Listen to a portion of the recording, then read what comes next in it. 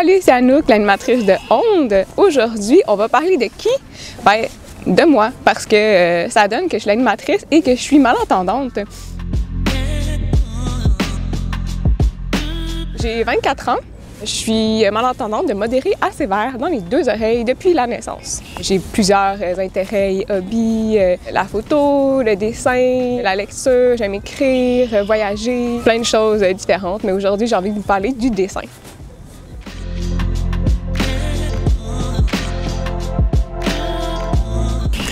Donc c'est ça, moi je suis malentendante de naissance comme j'ai dit et ça fait en sorte que c'est une identité qui est un peu compliquée parce que je suis ni entendante ni sourde. Je suis vraiment entre les deux et je pense que toutes les personnes malentendantes peuvent être d'accord avec moi là-dessus, comme quoi c'est difficile de savoir où se placer parce qu'on est dans le moule nulle part dans le fond. Fait que j'ai l'impression que c'est important avec le temps de faire sa propre identité, de s'accepter comme on est, puis de pas essayer nécessairement de faire partie d'un groupe à 100%, mais d'être ami avec tout le monde en fait, de s'entendre avec tout le monde. Donc je suis appareillée aussi depuis que j'ai 4 ans. Ça remplacera jamais l'ouïe naturelle normale, mais ça fait en sorte que j'ai eu accès à comme beaucoup plus de facilité, j'ai l'impression.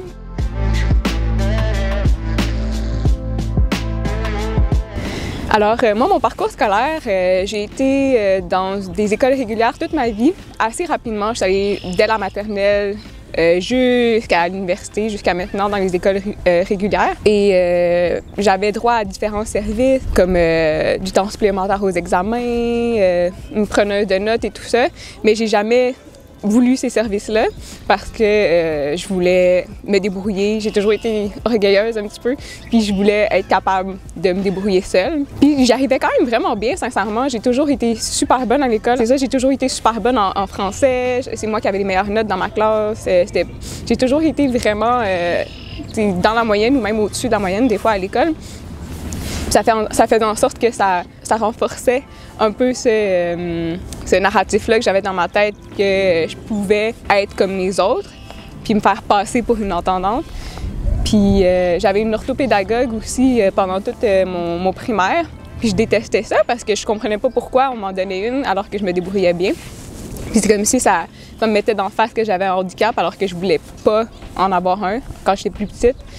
Puis j'étais beaucoup dans le déni, mais en même temps, c'est vrai que je me débrouillais. Jusqu'au passage au secondaire, c'est là que tu commences à réaliser vraiment plus que tu as une surdité parce que les contacts sociaux deviennent de plus en plus compliqués. Tu deviens peu à peu un adulte, fait que tes relations sociales sont plus complexes. Il y a plus de gens à qui tu parles en même temps, t'en vas dans les parties, mais non, c'est ça, c'est comme si au secondaire, c'est vraiment là que je me suis sentie rapidement moins bien dans ma peau parce que je voulais pas accepter que j'avais un handicap, puis j'étais dans le déni. Fait que j'avais vraiment pas une bonne estime de moi-même, mais je savais pas pourquoi. Alors qu'au plus profond de moi, je le savais, mais je me suis jamais avoué ça jusqu'à à la pandémie, sincèrement. Là, il y a comme à peu près 1 an et demi, 2 ans.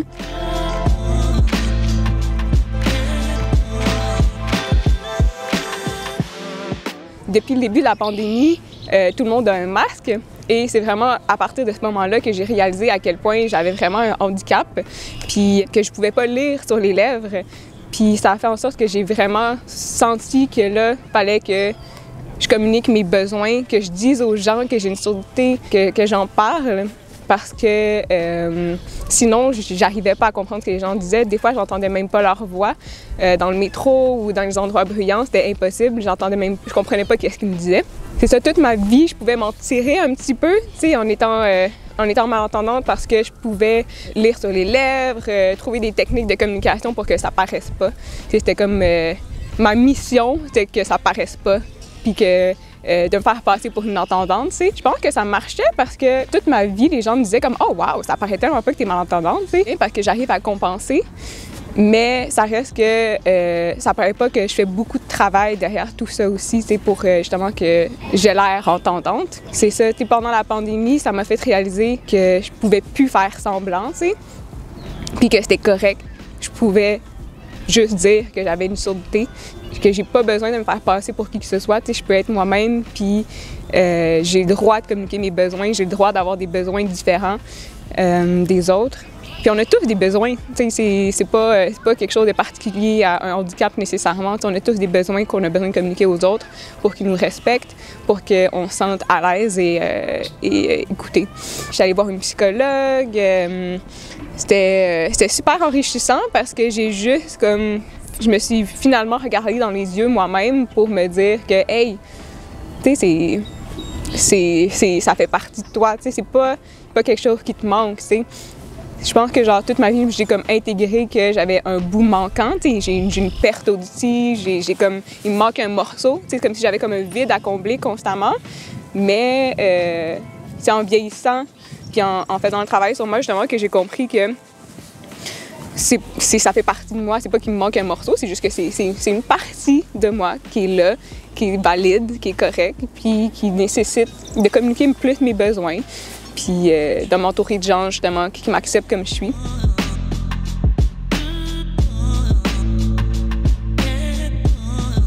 Je travaille à l'ACEPAR Montréal régional, je suis agente des communications, puis pour Onde, justement, c'est beaucoup les dessins que je fais sur les publications de Onde. C'est vraiment ça qui me permet de catalyser un petit peu ma créativité, puis en plus pour faire du contenu qui est pertinent, intéressant, puis important pour conscientiser la population générale sur la surdité. C'est ça, le dessin, ça a toujours été un exutoire pour mes émotions, ma créativité. C'est ça, je dessine depuis que j'ai 2 ans, peut-être, depuis que je sais tenir un crayon, littéralement. Tu sais, ça a toujours été vraiment un médium pour moi qui est important. Je trouve ça drôle, justement, de voir l'évolution de mes dessins parce que, tu sais, pendant mon adolescence, c'était plus difficile. Puis mes dessins étaient vraiment comme, tu sais, des personnages qui sont comme déchirés, il y a des organes qui sortent. Tu sais, c'était vraiment, c'était super gore, comme on peut dire, mais il y avait toujours comme quelque chose d'un petit peu joyeux puis pétillant dedans. Il y avait comme des petits papillons autour, des fleurs, ce genre de trucs-là. C'est comme si je voyais quand même un espoir. C'était comme si j'allais quand même bien finalement. J'essayais de trouver le positif dans tout ça. Aujourd'hui, justement, je fais plus des dessins dégueux comme avant parce que ça va bien. C'est ça, aujourd'hui, c'est vraiment plus comme en noir et blanc, beaucoup. Depuis mon adolescence, en fait, je dessine beaucoup en noir et blanc. J'aime beaucoup dessiner justement les plantes, des animaux, tout ce qui est vivant, ça m'inspire beaucoup.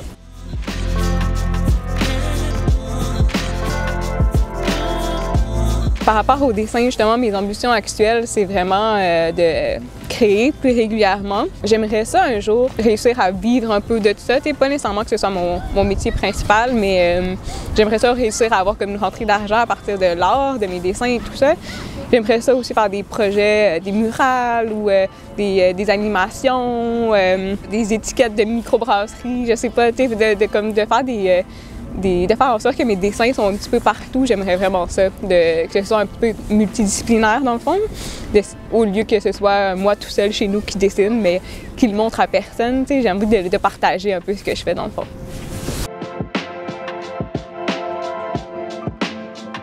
Donc, ce que je préfère dans le dessin, c'est vraiment évidemment le côté créatif, mais c'est aussi le côté introspectif. J'ai l'impression que je communique beaucoup mes émotions par le dessin. À chaque fois que je dessine quelque chose, je suis capable de l'analyser un petit peu puis de voir comme « Ah ouais, ça a du sens ». C'est un petit peu comme dans nos rêves. Je trouve que c'est intéressant des fois de repenser à ses rêves puis de comprendre que il y a comme 2 semaines, il m'est arrivé ça, puis là, ça donne que cette nuit, j'ai rêvé à ça. Il y a quand même un lien, j'ai l'impression qu'avec les dessins, c'est un peu le même principe.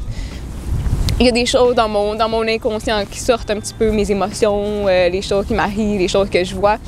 Et ce qui est drôle, c'est que dans les dessins que j'ai faits au début de la pandémie, il y avait beaucoup d'animaux, mais c'était beaucoup des animaux ou des humains avec des marques, justement, d'autres animaux, d'autres humains et tout. Il y avait toujours comme le concept du masque, puis j'avais aucunement réalisé jusqu'à ce que je regarde un peu plus attentivement mes dessins, puis je réalise qu'ils étaient tous masqués. Il y avait tous des masques, mais un peu comme fait à ma manière dans le fond. Donc c'est ça. On peut interpréter les dessins comme ça.